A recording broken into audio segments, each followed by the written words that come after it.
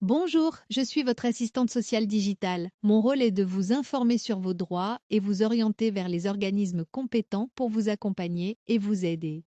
Bienvenue dans cette vidéo. Avant de commencer, n'oubliez pas de vous abonner et d'activer la cloche de notification pour ne rien rater des prochains conseils. Likez et partagez cette vidéo au maximum autour de vous, afin que les personnes soient informées de leurs droits. Vous n'avez pas de revenus ou de très faibles revenus.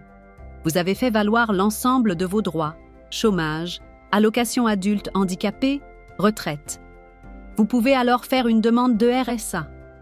Qu'est-ce que le RSA? Le revenu de solidarité active, RSA, est un dispositif social dont l'objectif est de garantir un revenu minimum aux personnes sans ressources ou disposant de faibles revenus. Il vise à encourager le retour à l'emploi et à lutter contre la précarité. Quelles sont les conditions pour bénéficier du RSA? Pour bénéficier du RSA, il est nécessaire de remplir certaines conditions. Résidence. Vous devez résider en France de manière stable et effective, c'est-à-dire ne pas avoir quitté le territoire plus de 3 mois durant l'année civile. Âge. Avoir au moins 25 ans ou avoir entre 18 et 24 ans sous certaines conditions, notamment si vous êtes parent isolé, nous l'évoquerons dans une autre vidéo. Ressources.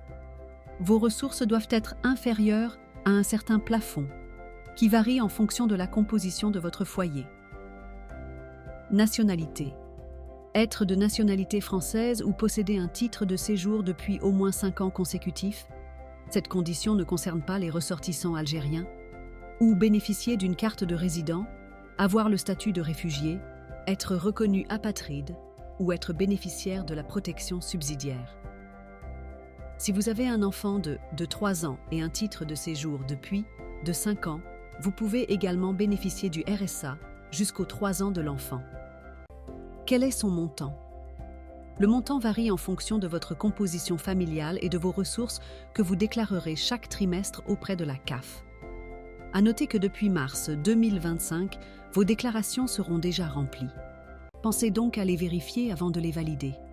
À titre indicatif, à partir du 1 avril 2025, le montant du RSA pour une personne seule est de 646,52 €.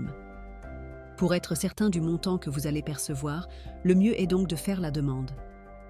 Attention, tout changement de situation doit être déclaré à la CAF afin d'éviter des erreurs.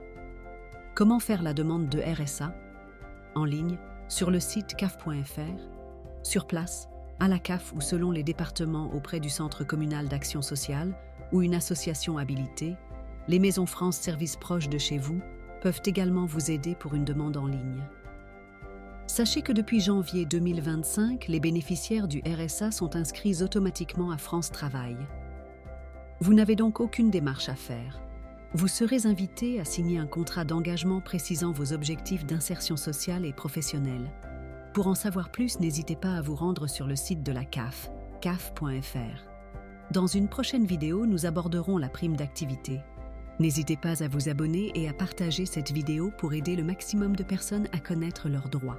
J'espère que cette présentation vous a été utile. Abonnez-vous, aimez et partagez pour aider un maximum de personnes à connaître leurs droits. À très vite pour d'autres conseils.